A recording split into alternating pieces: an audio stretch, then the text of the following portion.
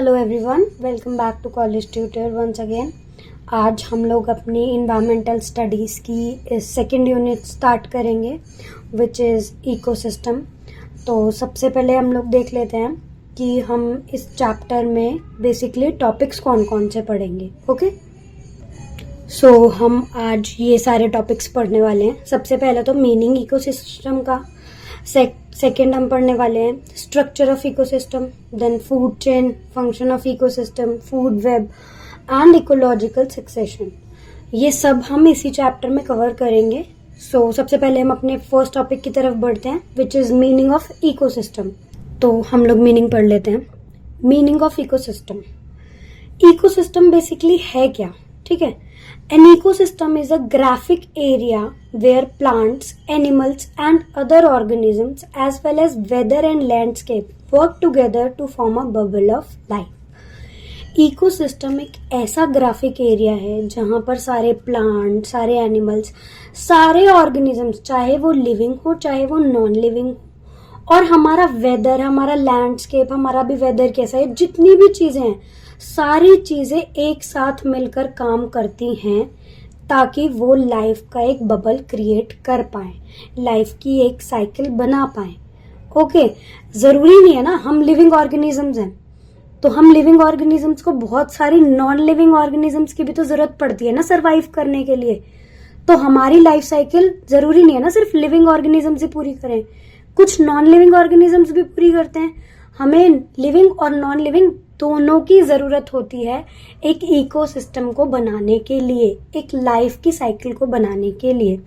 Okay, ecosystem contains biotic और living parts as well as abiotic factors और non living parts. Ecosystem में biotic भी आते हैं जिनको हम बोलते हैं लिविंग, एंड एबायोटिक्स भी आते हैं जिनको हम बोलते हैं नॉन लिविंग। तो ये मैं आपको ऑलरेडी बता चुकी हूँ कि इकोसिस्टम सिर्फ बायोटिक या फिर लिविंग से मिलकर नहीं बनता, वो नॉन लिविंग से मिलकर भी बनता है। ओके, आप इसकी एक सिंपल सी डेफिनेशन देख लेते हैं जो आप एग्जाम में लिख के इजीली आ सकते हो। The simplest definition of an ecosystem is that it is a community or a group of living organisms that live in and interact with each other in a specific environment. इसकी सबसे easy definition ये है कि ecosystem एक ऐसी community या एक ऐसा ग्रुप है लिविंग ऑर्गेनिजम्स का जो एक साथ रहते हैं, एक दूसरे से इंटरेक्ट करते हैं और एक स्पेसिफिक एनवायरनमेंट बना लेते हैं एक दूसरे के साथ। ओके, सो ये आपको अच्छे से क्लियर हो गया होगा। सिंपल मीनिंग में आपको जो भी समझ आए, आपकी इकोसिस्टम से रिलेटेड इकोसिस्टम में क्या क्या आता है सब कुछ लिख कर आ जाना। ओके, अभी हम अपना नेक्स्ट टॉपिक पढ़ लेते हैं which is structure of ecosystem. पहले हम लोग पढ़ेंगे अपना बायोटिक कंपोनेंट्स, एबायोटिक कंपोनेंट्स। ये दो टाइप के इकोसिस्टम में दो टाइप से हमने डिवाइड किया हुआ है, बायोटिक कंपोनेंट से एंड एबायोटिक कंपोनेंट से। तो हम लोग पहले स्टार्ट करेंगे biotic components. Okay, biotic components हमारे कौन से वाले होते हैं? जितने भी हमारे लिविंग कंपोनेंट्स हैं। ओके, बायोटिक जितने भी हमारे लिविंग कंपोनेंट्स हैं। ठीक है, तो अभी हम लिविंग कंपोनेंट्स में पढ़ रहे हैं। इसमें भी हमारे तीन पार्ट्स होते हैं, प्रोड्यूसर्स, कंज्यूमर्स एंड डिकम्पोजर्स। सो हम लोग सबसे पहले अपना बायोटिक कंपोनेंट्स, लिविंग कंपोनेंट्स पे आ जाते हैं। Okay, let's start biotic components. Biotic components हम लोगों ने पढ़ लिए जो हमारे लिविंग कंपोनेंट्स होते हैं। सबसे पहले हमारा बायोटिक कंपोनेंट्स में आता है प्रोड्यूसर्स। ठीक है, प्रोड्यूसर्स कौन होते हैं हमारे? Producers are the autotrophs. Auto means self, troph means nourish, to nourish of ecosystem. Producers हमारे ऑटोट्रॉप्स होते हैं इकोसिस्टम के। अब ऑटोट्रॉप का मतलब क्या होता है? ऑटो का मतलब सेल्फ, ट्रॉप का मतलब टू नरिश, जो अपना खाना खुद बनाते हैं। Okay, so who are the producers? Producers are the autotrophs who prepare their foods by themselves. Okay, so अभी हम लोग देखते हैं they are the green plants and green microorganisms who can make their own food. ये वो सारे green plants और green micro organisms होते हैं जो अपना खाना खुद बनाते हैं material by using carbon dioxide and water in presence of sunlight. कैसे बनाते हैं? कार्बन डाइऑक्साइड का यूज करके और वाटर का यूज करके in presence of sunlight with the help of chlorophyll present in them. हमने ये तो पहले ही पढ़ा है ना, हमने ये हाँ कि प्लांट्स कैसे बनाते हैं फोटोसिंथेसिस के प्रोसेस के थ्रू, है ना। तो वही हमको यहाँ पर देखना है, क्योंकि उसमें क्लोरोफिल प्रेजेंट होता है। तो सनलाइट में जब क्लोरोफिल की हेल्प से कार्बन डाइऑक्साइड वाटर सब मिलता है तो वो अपना खाना खुद बना सकते हैं। इसीलिए प्लांट्स को हम प्रोड्यूसर्स कहते हैं और प्लांट्स प्रोड्यूसर्स कहलाते हैं। ठीक है, प्रोड्यूसर्स के एग्जाम्पल क्या क्या है? ग्रीन प्लांट्स और एल्गी। एल्गी होती है ना जो काई जम जाती है, वो भी तो अपना खाना खुद बनाते हैं। सो दे आर द प्रोड्यूसर्स। अभी हम लोग देख लेते हैं कंज्यूमर्स। कंज्यूमर्स कौन होते हैं? सबसे पहले कंज्यूमर समझने से पहले हम लोग ये वाला चार्ट देख लेते हैं। सबसे पहले आते हैं हमारे प्रोड्यूसर्स, फिर आते हैं हमारे कंज्यूमर्स। लेकिन कंज्यूमर्स कितने टाइप के हुए? Primary consumer, secondary consumer and tertiary consumers. ये तीनों जो हैं हमारे, ये हमारे कंज्यूमर्स हैं। ओके, सो कंज्यूमर्स पढ़ लेते हैं। कंज्यूमर्स कौन कौन होते हैं? Consumers are the heterotrophs of an ecosystem. Consumer heterotrophs होते हैं इकोसिस्टम में। Hetero means not self, troph means to nourish. जैसा हमने प्रोड्यूसर में पढ़ा था कि वो अपना खाना खुद बनाते हैं, ये उसका ऑपोजिट होते हैं कंज्यूमर। ये अपना खाना खुद नहीं बना पाते। ठीक है, they depend on the producers to get energy. ये जो हमारे प्रोड्यूसर्स थे जो अपना खाना खुद बनाते थे, ये उन पे डिपेंड रहते हैं एनर्जी के लिए, उन पे डिपेंडेंट होते हैं। ठीक है, सबसे पहले हम लोग पढ़ लेते हैं प्राइमरी कंज्यूमर। प्राइमरी कंज्यूमर्स कौन से होते हैं? They are the herbivores who eat directly autotrophs plants. They cannot eat any एनी एनिमल्स। ये हर्बीवोर्स होते हैं। हर्बीवोर्स कौन होते हैं? जो प्रोड्यूसर्स को खाते हैं। ठीक है, सिर्फ प्रोड्यूसर्स को ही खाते हैं, यानी कि प्लांट्स वगैरह, ये जो भी हमारे जितने भी प्रोड्यूसर्स में आ गए हमारे एल्गी वगैरह, ये उन्हीं को खाते हैं। ओके, इनके एग्जाम्पल्स क्या होते हैं? इनके examples grass hoppers, rabbits, gots. तो ये हमारे प्राइमरी कंज्यूमर है। प्राइमरी कंज्यूमर कौन? जो सिर्फ प्रोड्यूसर को खा सकते हैं। Primary consumer can only eat produce. अब हम आते हैं सेकेंडरी कंज्यूमर्स पे। सेकेंडरी कंज्यूमर्स कौन होते हैं? सेकेंडरी कंज्यूमर्स होते हैं दे cannot not directly eat the producers of the ecosystem, that is the plants. ये लोग डायरेक्टली प्रोड्यूसर्स को नहीं खाते हैं।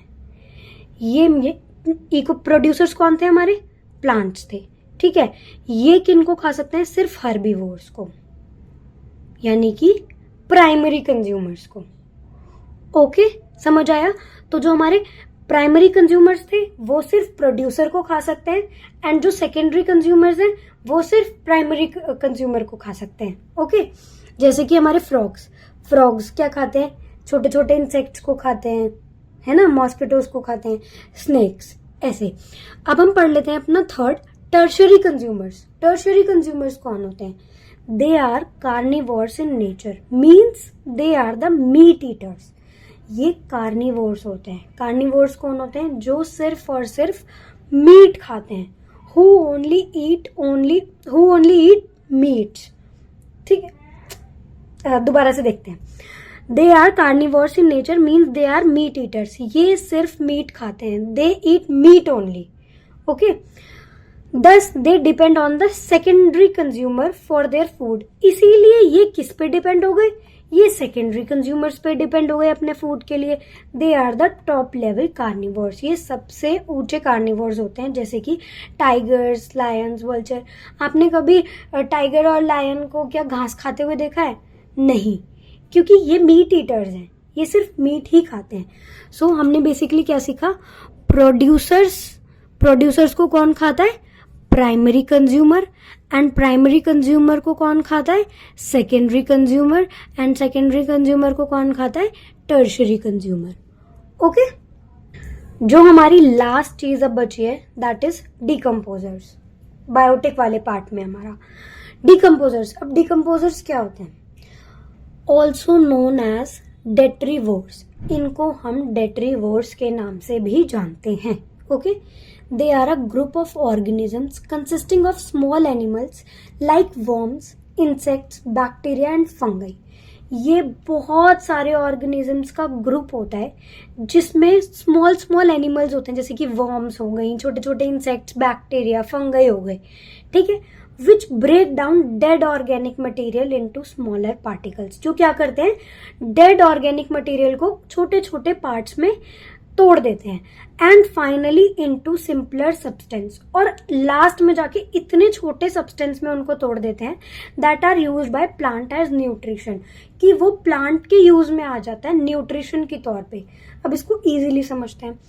आपने कभी भी कोई इंसेक्ट मरा हुआ देखा होगा ना, मतलब कोई इंसेक्ट की बात छोड़ो, कोई भी एक छोटा सा एनिमल मरा देखा हो, लाइक फ्रॉग देख लो या फिर आप कॉकरोच देख लो, तो जब भी आप ये चीजें मरी हुई देखोगे ना, या फिर आपने कभी डॉग या कैट भी आप कहीं पर सॉइल में मरने के बाद छोड़ दोगे, तो उसमें क्या होगा, उसमें बहुत सारे कीड़े लग जाएंगे, बहुत सारे, एंड वो बहुत छोटे छोटे स्मॉल स्मॉल होंगे, एक टाइप के नहीं होंगे, बहुत अलग अलग टाइप्स के होंगे। वो कुछ बैक्टीरिया होंगे, इंसेक्ट्स होंगे, वर्म्स होंगे, वो सब उनको मिलके इतना खा लेते हैं, उस डेड बॉडी को वो इतना खा लेते हैं कि उसको छोटे छोटे पार्ट्स में तोड़ देते हैं, और लास्ट में वो उसको इतना खत्म कर देते हैं कि वो जो छोटे छोटे पार्ट्स बचे हैं ना, वो फिर सॉइल यूज कर लेती है, प्लांट्स यूज कर लेते हैं अपना न्यूट्रिशन लेने के लिए, क्योंकि वो अपना खाना खुद बनाते हैं, तो प्लांट उनको न्यूट्रिशन के लिए यूज कर लेते हैं। तो वो हमारे डिकम्पोजर्स होते हैं, जो हमारी डेड बॉडीज को या डेड जितने भी हमारे और डेड मटेरियल्स होते हैं हमारे जितने भी, उनको बहुत छोटे छोटे पार्ट्स में डिवाइड कर देते हैं। ओके, सो अब इसके बाद हम लोग अपने नेक्स्ट टॉपिक पे चलते हैं। तो हमने स्ट्रक्चर ऑफ इकोसिस्टम में बायोटिक कंपोनेंट्स वाला पूरा फिनिश कर दिया है। अब हम पढ़ेंगे एबायोटिक कंपोनेंट्स, यानी कि नॉन लिविंग जितने भी कंपोनेंट्स हैं हमारे इकोसिस्टम के। सबसे पहले हम लोग देख लेते हैं abiotic components. Okay, these are the non living factors in form of solid, liquid and gas found in nature. ये हमारे सारे नॉन लिविंग फैक्टर्स हैं जो हमें सॉलिड, लिक्विड और गैस की फॉर्म में अपने नेचर में मिलते हैं। देखो, लाइफ सिर्फ लिविंग ऑर्गेनिजम्स के साथ पॉसिबल नहीं है। अब उन लिविंग ऑर्गेनिजम्स को लाइफ देने के लिए, जिंदा रखने के लिए, हमको नॉन लिविंग ऑर्गेनिजम्स की भी जरूरत पड़ती है। इसीलिए हमारे इकोसिस्टम को बनाने के लिए सिर्फ लिविंग ऑर्गेनिजम्स नहीं, नॉन लिविंग ऑर्गेनिजम्स भी इक्वली इम्पॉर्टेंट हैं। इसलिए हमारे इकोसिस्टम की डेफिनेशन में भी हम लोग लिविंग और नॉन लिविंग ऑर्गेनिजम्स दोनों को कंसीडर करते हैं। ओके, सो हम लोग फर्स्ट अपना देख लेते हैं। इसमें जो हमारा पार्ट था वो था क्लाइमेट फैक्टर्स। क्लाइमेट फैक्टर्स हमारे क्या क्या होते हैं? क्लाइमेट फैक्टर्स होते हैं लाइट, टेम्परेचर, ह्यूमिडिटी। मतलब आप ये समझो, जो हमारे क्लाइमेट का रिजीम और फिजिकल फैक्टर को ध्यान में रखते हो। अगर लाइट नहीं होगी तो हमारी लाइफ पॉसिबल है? हमको सनलाइट नहीं मिलेगी, विटामिन डी नहीं मिलेगा, कोई टेम्परेचर ही ना हो, विदाउट टेम्परेचर हम लोग पॉसिबल है हमारी लाइफ? नहीं। ह्यूमिडिटी ना हो, रेन ना हो, तो ये सारे क्लाइमेट वाले फैक्टर्स आ गए हमारे। अब हमारे आते हैं edaphic factors. Okay, edaphic factors क्या होते हैं? ये सारे वो फैक्टर्स होते हैं जो सॉइल से रिलेटेड होते हैं। अब अगर हमारे पास सॉइल ही नहीं है, हमारा फूड कहाँ ग्रो होगा? सॉइल के बिना हमारी लाइफ पॉसिबल है? नहीं। फूड की भी बात छोड़ो, प्लांट्स कैसे ग्रो होंगे? चलो, जो non vegetarian, non veg, but plants कैसे ग्रो होंगे? प्लांट्स तो मोस्ट इम्पोर्टेंट है ना हमारे लिए। तो इसलिए एडेफिक फैक्टर, ये भी हमारी एक लाइफ साइकिल, हमारा इकोसिस्टम बनाने के लिए बहुत ज्यादा इंपॉर्टेंट है एडेफिक फैक्टर्स। तीसरा हम थोड़ा सा कंसीडर कर लेते हैं इसको, इनऑर्गेनिक सब्सटेंसेस। ये एक पार्ट नहीं है इसका, बट इनऑर्गेनिक सब्सटेंसेस मतलब ऐसे सब्सटेंसेस जो मतलब इनऑर्गेनिक है, like water, carbon, sulphur, nitrogen, जितने भी हमारे ये सारे फॉर्म्स हैं, ये हमारे लिए इक्वली इम्पोर्टेंट है ना। कार्बन, सल्फर, नाइट्रोजन, ये भी तो हमारी लाइफ बनाने के लिए, सरवाइव करने के लिए इम्पोर्टेंट है। सो ये सारे हमारे एबायोटिक कंपोनेंट्स आ जाते हैं। इसी के साथ हमारे 2 टॉपिक्स पूरे हो जाते हैं, meaning of ecosystem and structure of ecosystem. बाकी के बचे हुए topics we will cover up in next video. Thanks for watching. And आप लोगों को अगर थोड़ा सा भी वीडियो पसंद आया हो, आपको हेल्प हुई हो, तो please do like and subscribe to the channel.